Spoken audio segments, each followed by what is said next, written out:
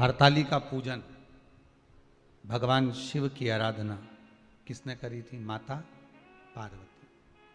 और पार्वती ने किससे पूछी थी? पार्वती जी को किसने बताया था कि तुम ये पूजन करना, तुम ये स्मरण करना?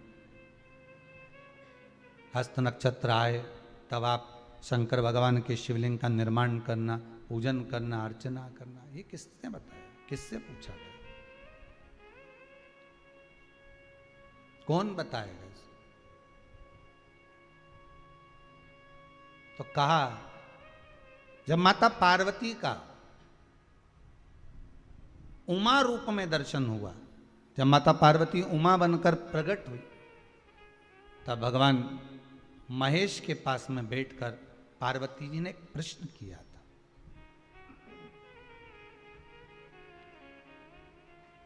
पार्वती जी भगवान शिव से एक प्रश्न कर रही, महेश भगवान से एक प्रश्न कर रहे, भोलेनाथ प्रभु शंभु शंकर, हे दयालु करुणा सागर, कृपा करने वाले त्रिकालदर्शी कैलाशी, हे शिव करुणा करिए और मुझे आप इतना सा बता दीजिए कि मैं जितनी जन्म लूं,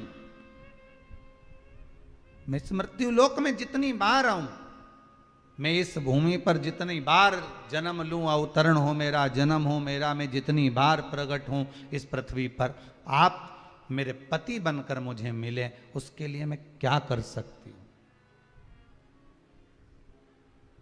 मैं क्या करूं?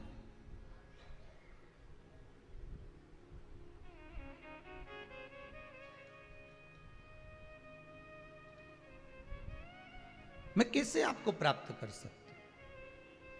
अब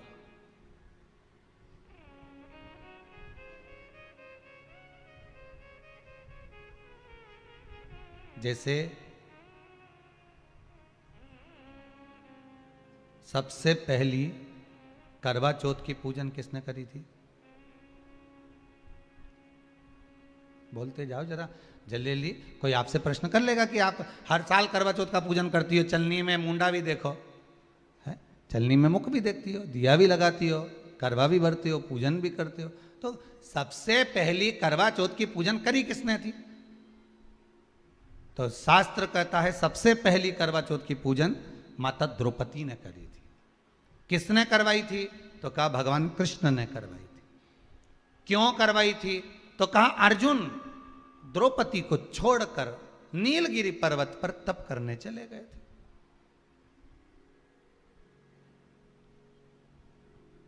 और नीलगिरी पर्वत पर जब अर्जुन तप करने के लिए गए, घोर तप अर्जुन ने करा। अब अर्जुन ने तप करा तो इसको द्रौपदी को कहीं से सूचना मिल गई कि दुर्योधन ने अपनी 2 अक्षौणी सेना अर्जुन को मारने के लिए भेजा।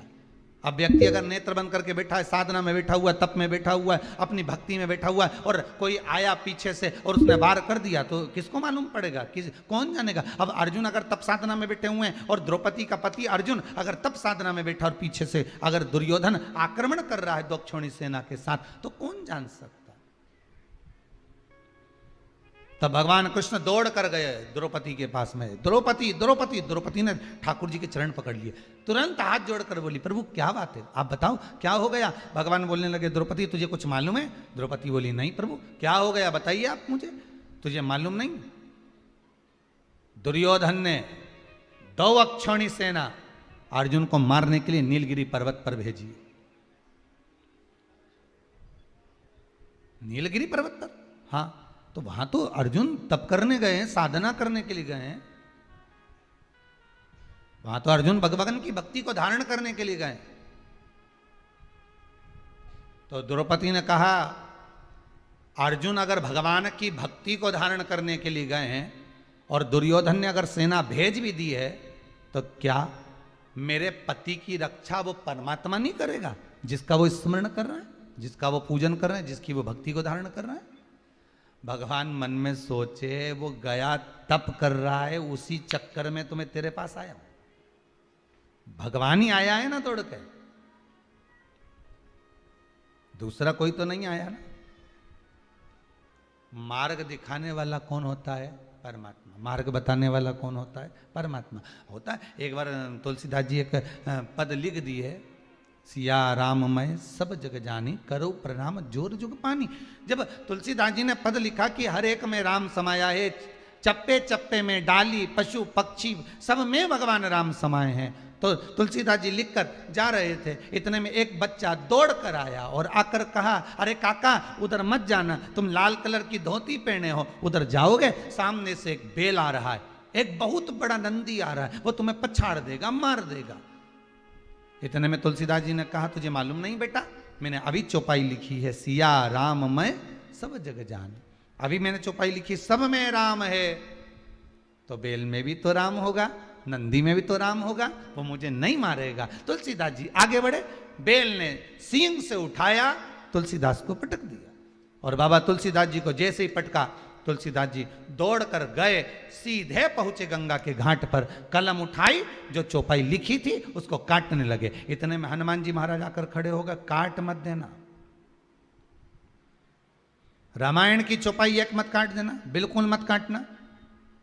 तो तुलसीदास जी ने लिखा, बोला मैंने चौपाई लिखी थी, सिया राम मैं सब जग जानी, करो प्रणाम जोर जुग पानी, सब में मैंने राम देखा, तो फिर बेल ने मुझे क्यों मारा? हनुमान जी बोले, तुमने सब में राम देखा, बेल में भी राम देखा, नंदी में भी राम देखा, तो उस बच्चे में राम क्यों नहीं देखा जो तुम्हें बताने आया था कि उधर मत जाना? वो बोलने तो आया था ना तुम्हारे पास में कि उधर मत जाओ। भगवान अपना असली रूप रखकर कभी तुम्हारे सामने नहीं आता। अगर भगवान असली रूप रखकर आ जाए, चार हाथ लगाकर, सुदर्शन चक्र लेकर, त्रिशूल लेकर भगवान तुम्हारे पास में आ जाए और आकर तुरंत तुम्हारे सामने खड़ा हो जाए, तो तुम तो सोचोगे कहीं नाटक वाला आ गया, 10 रुपये निकाल के पर्स में से लाओगी और तुरंत दे दोगी, ए बाबा लो 10 रुपये लो, चलो यहाँ से बढ़ो। तो भगवान कभी ऐसा रूप रखकर नहीं, असली स्वरूप में तो भगवान आता ही नहीं है। भगवान तो आपका कोई अपना बनकर, कोई रिश्तेदार बनकर, जब तुम्हारा कोई काम अटका हुआ है और वो काम तुम्हारा तुरंत हो गया, किसी के माध्यम से हो गया, तो उसको धन्यवाद देना परमात्मा को कि तू रूप रखकर आ गया, तूने स्वरूप बदल लिया, आज कार्य को सफल